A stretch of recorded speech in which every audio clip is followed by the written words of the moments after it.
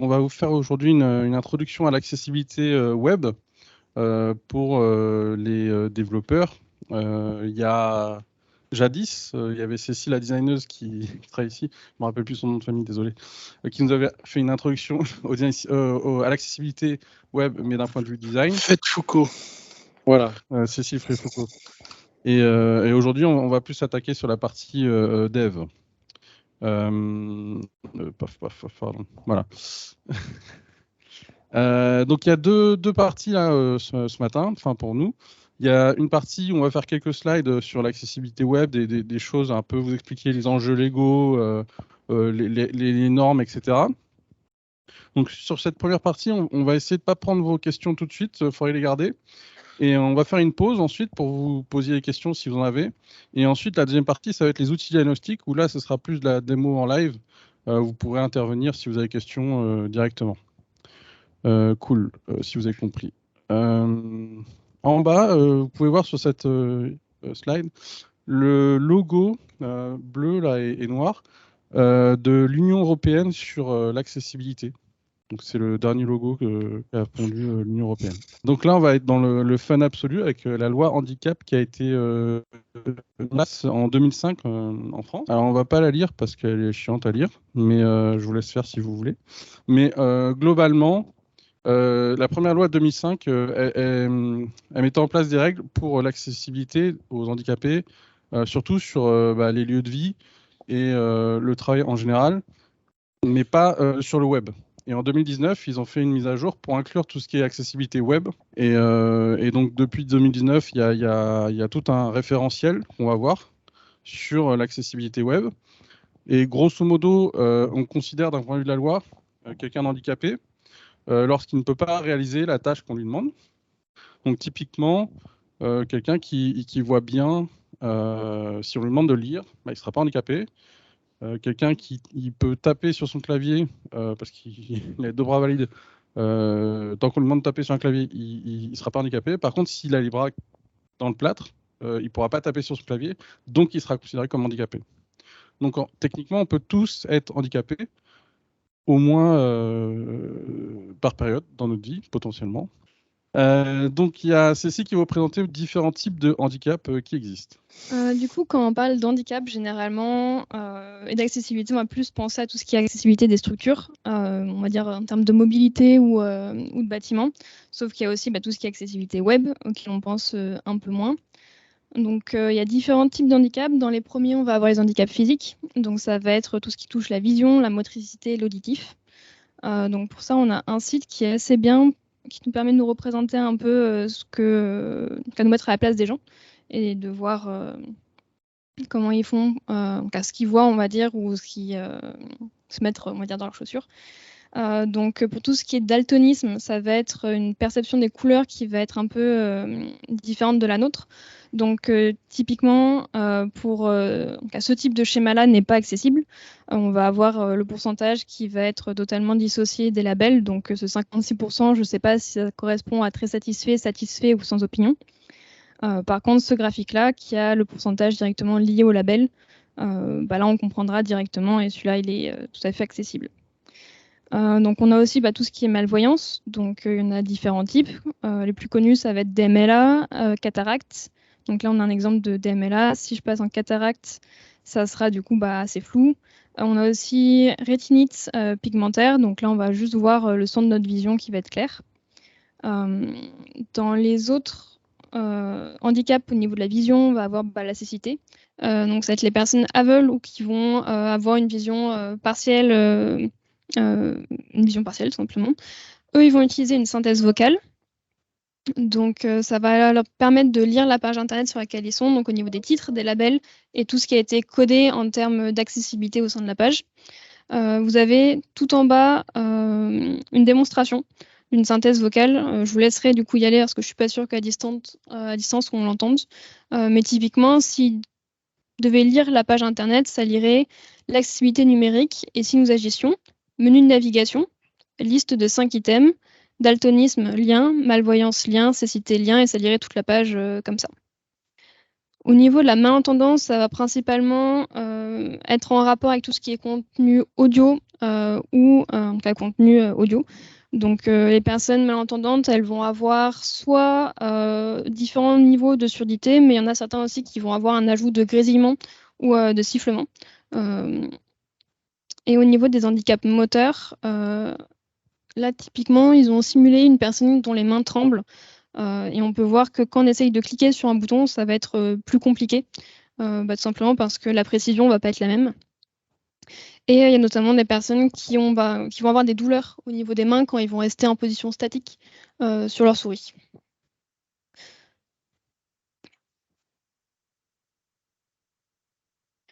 Donc au niveau de tous ces différents handicaps, on a tout de même des solutions qu'on va pouvoir leur apporter pour leur faciliter la vie. Au niveau de la vision, donc, on a vu qu'il y avait plein d'handicaps différents. Donc ces personnes-là, elles vont plutôt personnaliser leur environnement pour que ça corresponde à leur vision. Donc nous, de notre côté, ce qu'on peut faire, c'est permettre d'avoir des sites qui vont être responsifs. Donc ils vont pouvoir agrandir la taille de la police, la taille de l'écran, sans perdre d'informations. Et ils vont notamment utiliser tout ce qui est synthèse vocale, dont je vous parlais tout à l'heure. Comme ça. Okay. Au niveau auditif, c'était du coup une difficulté à accéder à l'information des contenus vidéo ou audio. Au niveau des solutions, ça va être l'ajout de sous-titres, retranscription audio ou langue des signes, ce qu'on peut aussi retrouver pour tout ce qui est discours présidentiel. Côté motricité, c'était principalement une difficulté à utiliser un dispositif de pointage.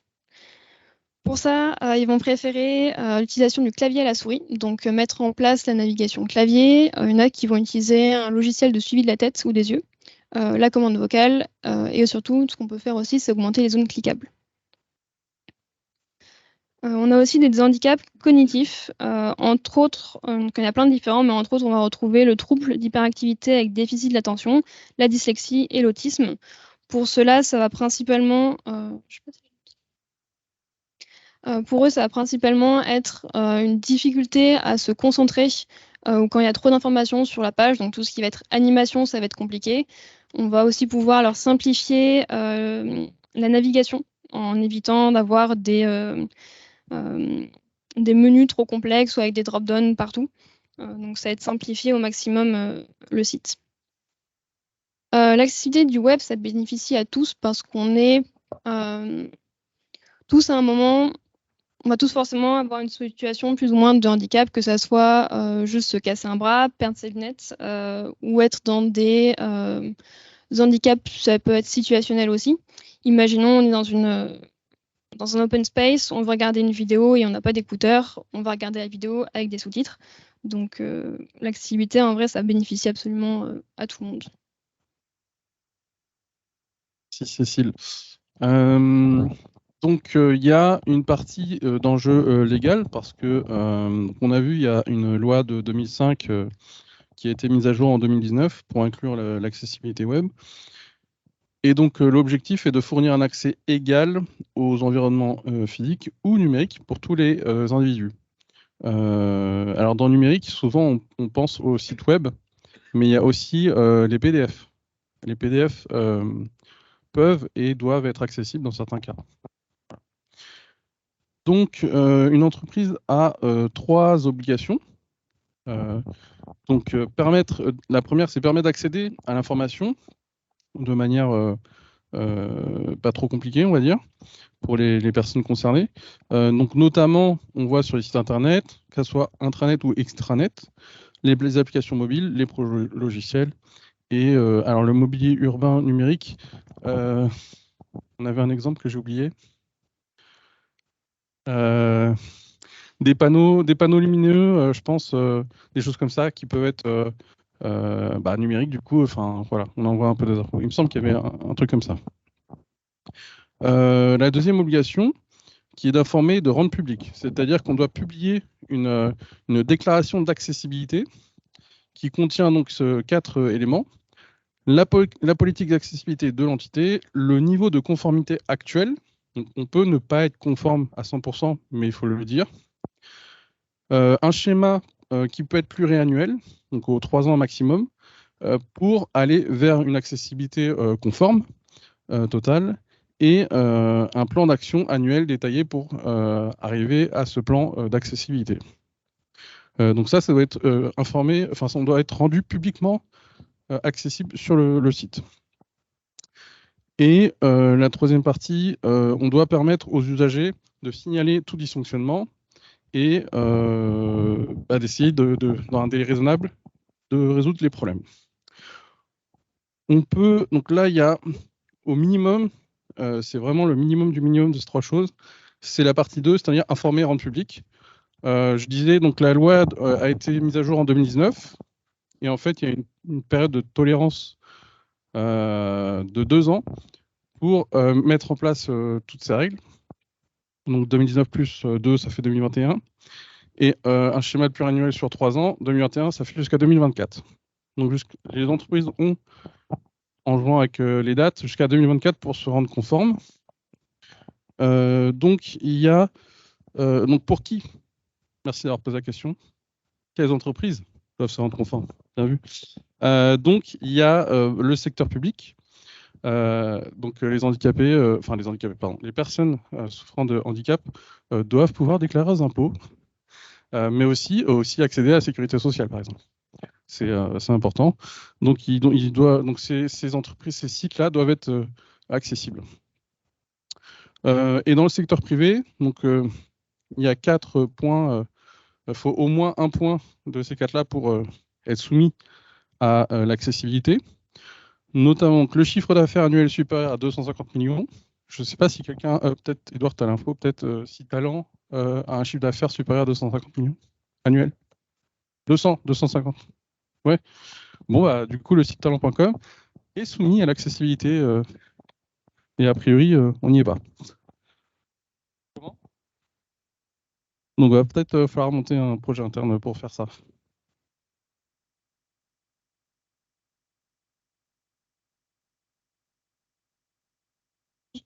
Je peux vous donner quelques informations sur le sujet d'accessibilité chez Talent. Donc, on a une équipe en Hauts-de-France qui spécialise sur ce sujet-là, notamment sur tous les sujets UX, UI, accessibilité. On a des personnes certifiées sur ce sujet. Je viens de vous envoyer, il faut forwarder à tout le monde. Donc, on a des références aussi. On a travaillé, on a développé un site pour une association qui s'appelle Women for Women, notamment avec l'expertise sur l'accessibilité, et pour la Bibliothèque nationale de France aussi, je pense. Je viens de vous envoyer quelques exemples de références. Enfin, il faut juste circuler, mais on a des personnes. Il y a une offre sur l'accessibilité côté Talent. Ah, super. Merci. Donc le chiffre d'affaires, donc on a vu. Donc les associations à but non lucratif d'une mission d'intérêt général. Il y a vous en reconnaissez sûrement que j'ai pas là, mais en tête, mais voilà. Il y a les secteurs privés délivrant un service essentiel au public. Alors moi je pense à Doctolib. Alors, il rentre sûrement dans le cadre de chiffre d'affaires à 250 millions, mais si ce n'était pas le cas, il rentrerait dans celui-là, parce qu'ils sont plutôt essentiels au public. Et puis, évidemment, le secteur privé s'adressant spécifiquement aux personnes handicapées. Voilà. On peut vite fait montrer peut-être SNCF. On peut montrer un cas. J'ai revu. J'avais été voir et j'ai oublié. Sur l'accessibilité e-publié. Tout en bas à gauche, voilà, merci. Donc il publie. Et voilà, notre site est accessible à 95%, ce qui est plutôt pas mal. Ah, et c'était mis à jour en 2022. Voilà, il y a le site d'accès. La déclaration de conformité qu'on peut consulter, donc c'est plutôt bien. Et alors, eux, ils expliquent un peu ce qu'ils ont mis en place pour l'aide à la navigation, etc. Vous pourrez aller voir. Et c'est pas trop mal fait. Et puis, il y avait, je crois qu'il y avait le site de la RATP que j'avais été voir. Je sais plus si c'est mieux ou moins bien. Il y avait un truc. Bon, voilà, on va revenir après. Alors, au niveau de la réglementation, du coup, donc on a vu la loi, il y a la réglementation, la RGAA en France qui s'applique, donc le référentiel général d'amélioration de l'accessibilité. Alors, alors, on va en parler d'où vient le RGA. Et au niveau international, il y a le WCAG, W-C-A-G.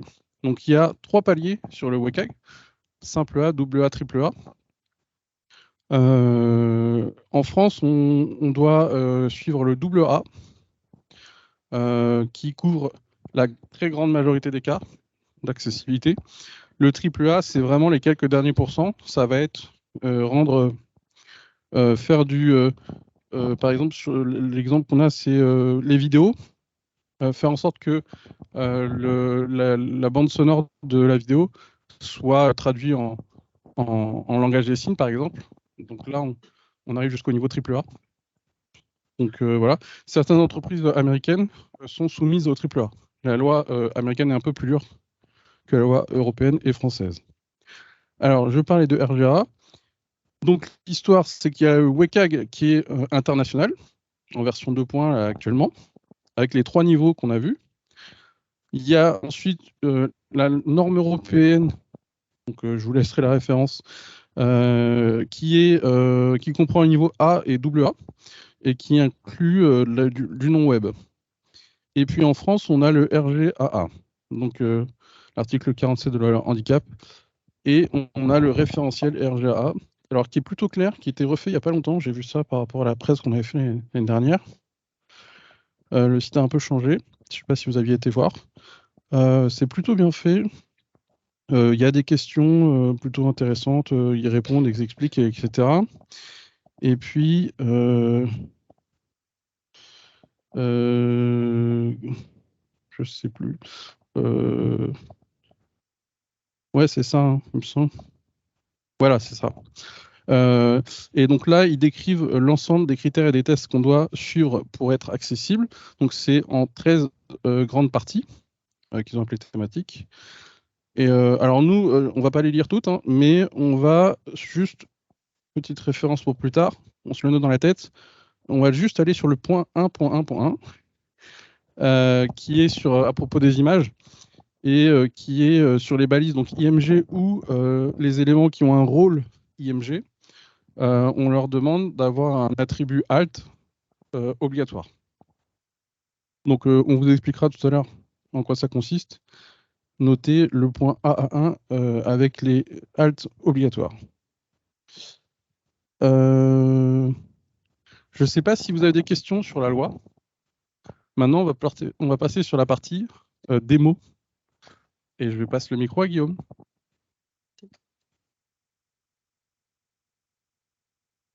Donc l'objectif maintenant de cette partie, ça va être de vous montrer qu'il existe plein d'outils qui peuvent nous aider soit à auditer, soit directement à développer des applications et sites accessibles. Et donc c'est de faire un peu un état des lieux de ce qui existe pour nous aider. On va donc commencer avec des extensions de navigateur, donc disponibles principalement sur Chrome et Firefox, avec des extensions d'abord assez générales. Donc, c'est des extensions qui font vraiment tout, qui établissent des rapports assez condensés sur la quasi-totalité des critères d'accessibilité. Donc, on va commencer avec la première extension qui s'appelle Wave. Wave, ça va être typiquement, on va activer l'extension, elle s'affichera dans notre page et elle nous fera en fait un rapport d'accessibilité de notre site web, avec plein de critères, on verra ça juste après. Et le deuxième, c'est l'assistant RGAA, dont on vient de parler à François, et qui en fait nous aide directement à avoir une extension intégrée à notre page avec la liste complète des critères du RGAA et pour nous aider à auditer vraiment de fond en comble notre application. Donc, pour faire la démo, on va aller sur le site talent.com. On va commencer avec l'extension Wave. Donc voilà, j'ai le panneau qui s'affiche à gauche de l'écran. Et donc on voit en fait, au début, on arrive sur un résumé qui nous met un rapport pas encore détaillé, mais global de ce qui se passe. Donc on voit on a quelques erreurs, des erreurs de contraste. On va faire un petit aparté là-dessus. Et après, ça va nous donner des warnings, ce qui est bien, ce qui n'est pas bien, les éléments structure, plein de choses. On va envoyer ça.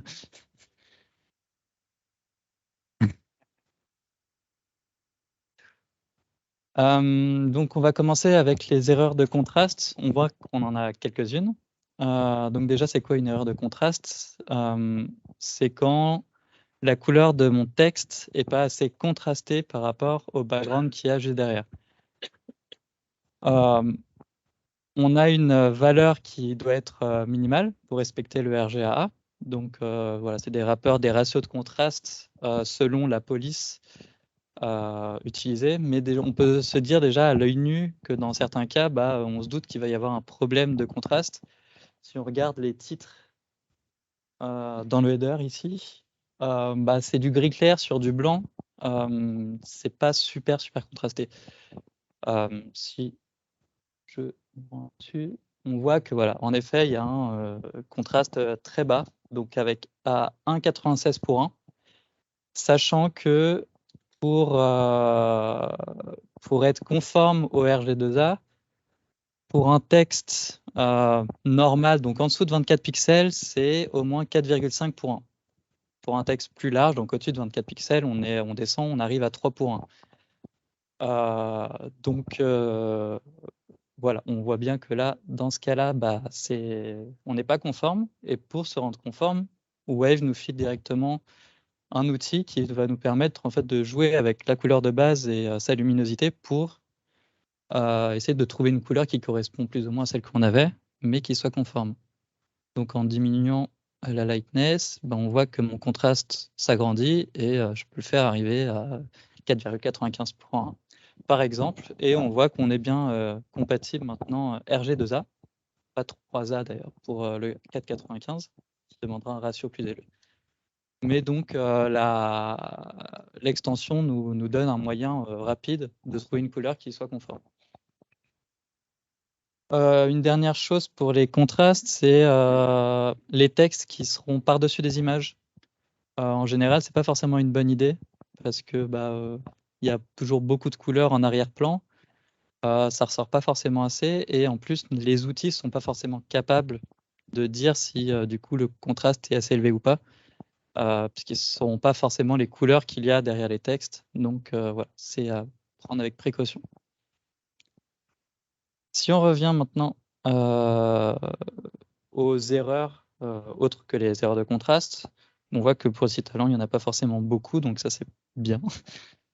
C'est souvent voilà, on a un empty button, un empty heading, donc c'est des balises qui ont rien à l'intérieur, qui se ferment pas. Donc c'est assez simple à régler. Par contre, on voit voilà, des alternatives textuelles qui manquent pour certaines images. Il y en a 5. Et on va s'attarder plus particulièrement sur les broken ARIA references pour introduire la notion d'attribut ARIA. Les attributs ARIA, c'est des attributs HTML qui sont dédiés à l'accessibilité. C'est des attributs qu'on va ajouter sur nos balises HTML pour donner un contexte, pour donner une information de manière à ce que les lecteurs d'écran puissent la retranscrire aux utilisateurs pour ceux qui en ont besoin, et que la navigation sur le site soit claire, soit fluide et qu'il ne manque pas d'informations. Donc là, on voit qu'on en a quelques-unes et ce qui nous raconte dans le rapport, c'est qu'en fait, il y a certains attributs ARIA, donc ARIA label by ou ARIA described by, on en parlera juste après, qui existent, qui sont renseignés, mais qui pointent sur des éléments qui, eux, n'existent pas. Donc en fait, l'implémentation de ces attributs est mal construite. On va revenir sur la présentation PowerPoint rapidement pour en parler. Donc, on vient de dire qu'il y avait des ARIA labeled by qui étaient mal construits. Donc déjà, c'est quoi un ARIA label? C'est un attribut ARIA qui va être lu par les technologies d'assistance qui ne sont pas visibles pour les usagers lambda. Et en fait, c'est donc, mettons, on a une balise nav et on va lui préciser donc dans un attribut ARIA label qu'il s'agit du menu principal. Quand la technologie d'assistance va arriver à cet élément, elle sera en mesure de transmettre cette information à l'utilisateur, donc de lui dire qu'il se trouve sur le menu principal.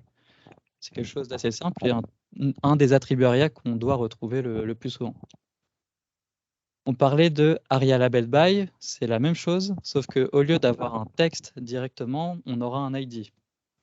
L'ID qui pointe sur un autre élément HTML de la page qui, lui, porte l'information qu'on veut donner.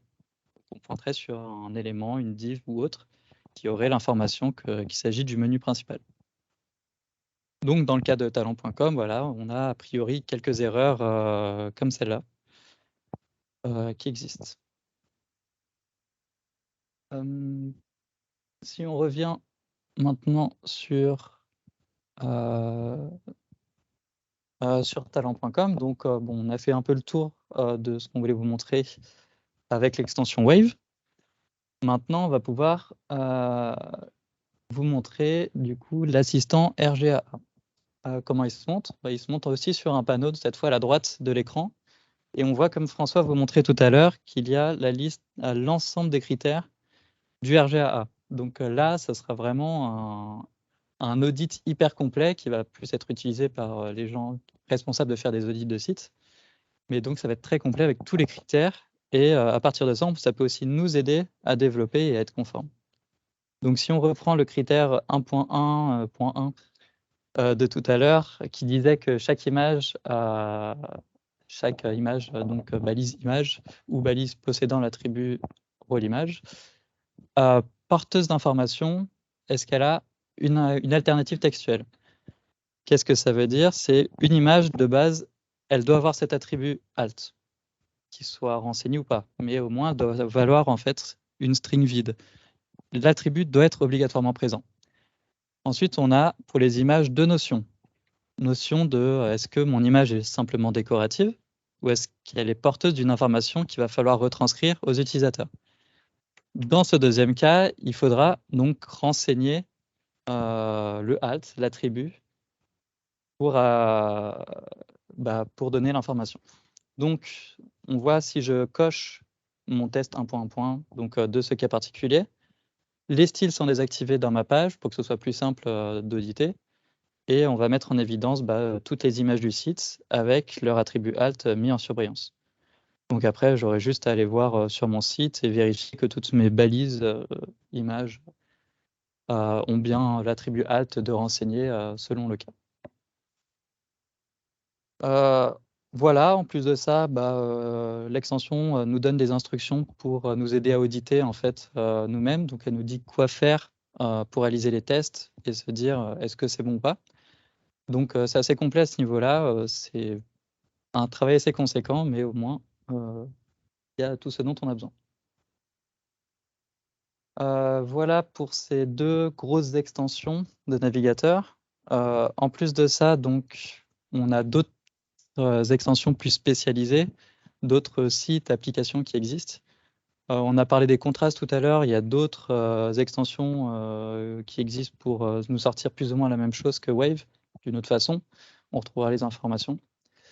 Il y a aussi un autre site qui s'appelle Who Can Use, qui lui est, en plus de nous dire le ratio donc, entre une couleur de texte et une couleur de background, elle va aussi nous donner des informations par rapport à chaque handicap. Donc là, on va un peu plus loin dans le détail. Et si on veut travailler directement sur les différents handicaps, on saura en fonction des deux couleurs si on est bon ou pas.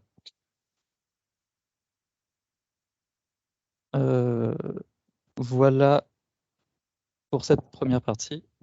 Je te laisse la main. Moi, je vais vous présenter deux autres extensions. Une qui va être assez globale, donc Web Developer Toolbar, qui va permettre de faire plein de choses différentes, entre autres de disable le CSS. Donc, ça va être principalement utilisé pour les personnes qui ont un handicap cognitif. Et l'autre, ça va être l'extension Heading Maps, qui va afficher l'arborescence d'une page Internet. Donc, on va commencer avec Heading Maps. En rouge, à gauche, vous avez toutes les erreurs. Donc, il y en a qui sont vides, mais ça, c'est normal, je crois. C'est juste le temps qui charge. OK. On va commencer avec le tout premier. Ça va être... déjà, on voit qu'il n'y a pas de balise H1. Donc, il n'y a pas la toute premier titre qui nous intéresse. Et celui-là, il n'arrête pas de changer parce que c'est un titre qui est dans un carrousel et que dès que le carrousel bouge, ça rafraîchit, en tout cas ça reforme le DOM, et donc du coup on perd l'information pendant quelques temps et c'est rechangé juste après. Donc ça typiquement c'est pas forcément très bien quand on a des personnes qui utilisent une synthèse vocale pour se déplacer, notamment au sein de la page. C'est-à-dire quand ils utilisent une synthèse vocale, ils peuvent se déplacer en utilisant des raccourcis clavier. Et il y a des raccourcis clavier qui leur permettent de se déplacer au niveau des titres. Donc c'est mieux quand ces derniers ne changent pas et qui peuvent se déplacer dedans plus facilement. On a ici une balise titre qui est quelque part dans la page mais qui est vide. Donc Guillaume avait parlé vite fait juste avant. Et si j'y arrive. Ici, on a aussi une balise H3 qui est H2, pardon. Le terrain n'est plus rien sans ces joueurs, qui correspond à la façon dont ça a été en tout cas codé. Ça voudrait dire que toutes les colonnes à propos métier, secteur, technologie seraient sous ce titre-là. Donc, ce serait une sous-catégorie, alors que ce serait peut-être plus une sous-catégorie de header.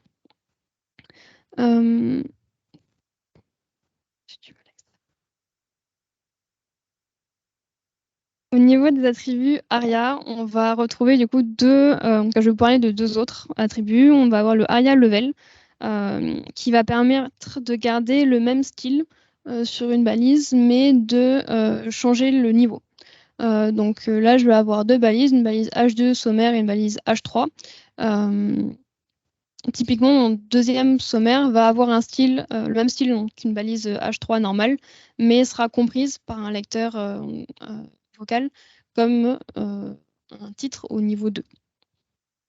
Donc sur le site Talent, par exemple,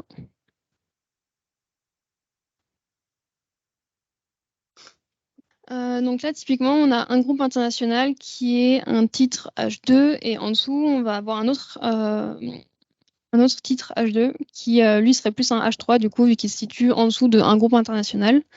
Donc, si on veut garder le même style, c'est-à-dire le style qui est appliqué actuellement, mais changer l'arborescence à l'intérieur, j'ai juste à rajouter un ARIA label. Level et le mettre à 3. Et donc là, si on regarde au niveau...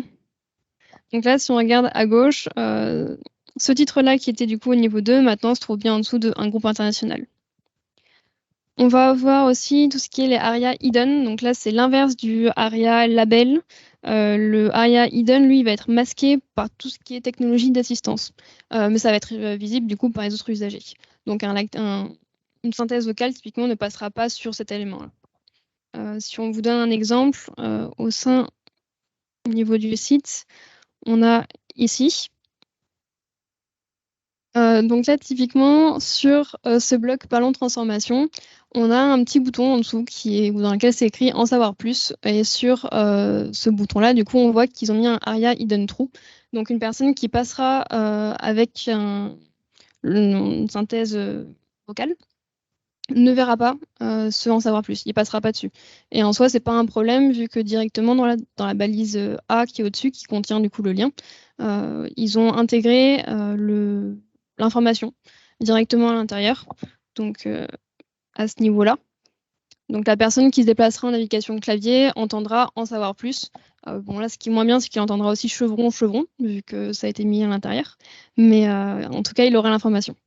Donc, il y a plein d'autres attributs. Après, il y a ARIA, Describe by, ARIA Disable, Expanded, Pressed, Checked, Required. Il y en a plein de différents. Pour ça, il faut voir les recommandations, voir en fonction des composants, comment les utiliser et si c'est nécessaire ou non. Pour finir avec tous les outils qu'on voulait vous montrer, bon, il en reste 2 ou 3 rapidement. Le premier, donc, c'est W3C Markup Validation Service. C'est simplement un site web qui nous permet de faire un rapport à un audit d'accessibilité depuis une URL. Donc voilà, j'ai juste à rentrer l'adresse. Ouais, c'est bon, elle était là. Je check. Ouais, c'est bon. Et voilà, derrière, il nous établit un rapport avec différentes choses, des informations qu'il aura trouvées, des warnings et des erreurs. Les erreurs, il nous dit exactement ce qui ne va pas, ce qui n'est pas bien et comment le résoudre. Les warnings, c'est comme d'habitude, c'est au cas par cas, à voir si on veut s'en occuper ou non, s'il y a besoin de s'en occuper ou non. Donc ça, c'est au choix du développeur. Voilà, on ne va pas forcément rentrer dans les détails, mais c'est encore un moyen d'auditer un site de manière assez fluide et rapide. Le deuxième, c'était w3.org, donc c'est la doc officielle de l'accessibilité. Et ça, c'est pour le coup un outil assez intéressant pour nous aider à développer des composants qui sont accessibles. Donc voilà, c'est cette page. Je suis dans les patterns et en fait, on a la liste des composants qui sont disponibles dans leur documentation. Donc des breadcrumbs, des boutons, des alertes, des combo box, il y a plein de choses. Et en fait, pour chacun de ces composants, on va avoir une aide pour rendre le composant accessible. Donc on va voir avec le bouton comment ça marche. Si je me rends dans les exemples qui mettent à disposition, je vais avoir en gros 3 parties qui sont plutôt intéressantes. Pour remonter un petit peu, il va s'agir de ces trois boutons, donc Open, Hit Code Pen, Print Page et Mute. Donc ces 3 boutons qui ont une utilité différente. Et pour chacun de ces boutons, ils vont nous donner un code du coup HTML, CSS avec le CSS et le JS juste au-dessus, associé. Et donc en fait, ce code-là, il sera accessible de base. Donc si j'ai besoin d'avoir un bouton qui soit parfaitement accessible ou n'importe quel autre composant, j'ai déjà cette base qui existe. Après, je change mon CSS, je change ce que je veux. Mais on sait que déjà, cette base sera accessible. Donc, c'est déjà pas mal pour commencer. Bon, pour le bouton, c'est un composant assez simple, donc ça va. Mais pour des composants plus compliqués, ça peut être vachement utile. Et il y a 2 autres sections qui sont assez intéressantes. La première, c'est le support de la navigation clavier. Donc, ça va nous dire en fait quelle touche utiliser dans quel cas. Comme précédemment, un bouton, c'est assez simple comme composant. Donc, en fait, on n'a pas tant que ça de support clavier à ajouter. Il y a juste la touche entrée et espace pour activer le bouton qu'il faut qu'il marche. Mais pour des composants plus compliqués, des fois, on peut se demander, OK, je suis dans un drop-down, comment je navigue dedans? Est-ce que je suis avec les flèches? Est-ce que je suis avec Tab? Est-ce que je suis avec... il y a plein de questions à se poser. Et voilà, cette documentation peut être une base de réponse. Dernière chose, c'est les différents rôles, attributs d'accessibilité à implémenter sur le composant. Donc, on va avoir le cas où j'utilise, en l'occurrence, directement une balise bouton, ou si j'utilise une div ou un A qui va avoir le rôle d'un bouton. On va avoir plusieurs cas d'usage et selon les cas, je vais devoir ajouter des attributs.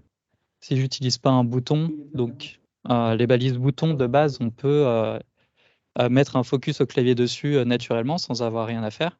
Mais si j'ai une div qui a un rôle d'un bouton, ça ne sera pas le cas. Donc, je devrais lui rajouter l'attribut du tab index égale à 0 pour qu'à la navigation clavier, je puisse interagir avec elle. 2 autres attributs, donc comme on l'a vu tout à l'heure, des attributs ARIA.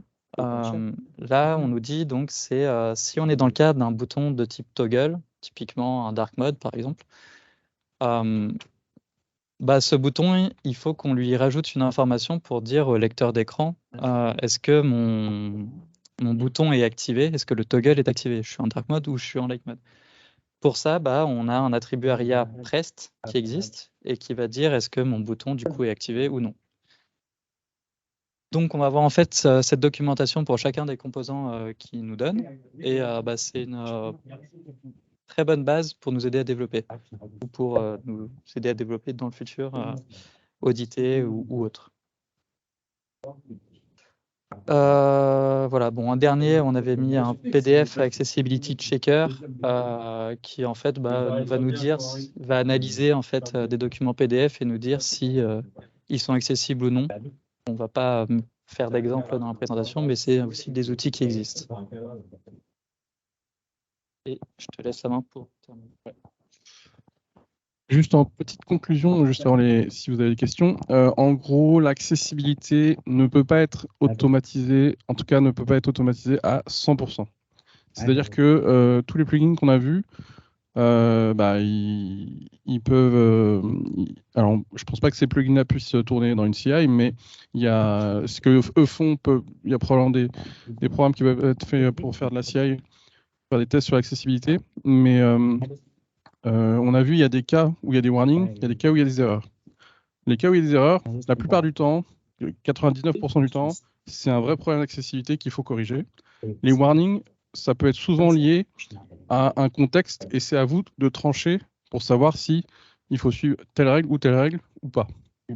Typiquement, on l'a vu avec les images, le alt, l'attribut alt est obligatoire, mais on peut le laisser vide en fait. On peut le laisser vide dans le cas où une image n'est pas porteuse d'informations. Un logo est porteur d'informations, donc on devra mettre le logo de la marque truc. Une image illustrative et décorative qui n'apporte aucune information sur le produit, vous mettez un alt vide et il y aura un warning, mais c'est pas grave. Enfin, il y aura peut-être même pas de warning du coup parce que vous aurez mis un alt vide. Donc voilà. Donc on peut pas automatiser à 100%. Voilà, c'était le mot pour la petite conclusion. Je ne sais pas si vous avez des questions. On va essayer de faire peut-être rapidement pour pas trop déborder. Merci à tous.